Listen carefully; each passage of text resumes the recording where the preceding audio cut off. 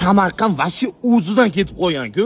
Mana bu stolni qaranglar, necha pulli stol deb o'ylaysizlar? Bunga qaranglar. 1-qavat, 2-qavat, 3-qavat, 4-qavat, 5-qavat, 6-qavat, 7 qavatli stol. Necha pul turadi bu stol? 5 xil garyachi ovqat kelar ekan. Va onasini yemsin, bu ketishda bo'kib qolamiz-ku. Mana shu hozir sizlarga ko'rsatgan stolim odam boshi 400 ming so'm ekan. Eng arzon ekan. Qimmati qanaqa bo'ladi? O'zi Samarqandda bitta to'y qilish narxi necha pulga tushadi? Siz nechinchi yilda necha pulga to'y qilgan edingiz? Kommentariyaga yozib qoldiring. Hozir arzonmi yo oldin arzon edimi? Sizlarga ko'rsatayotgan restoranim Grand Kumush restorani bo'ladi. Maksimum 470 ta odam ketar ekan.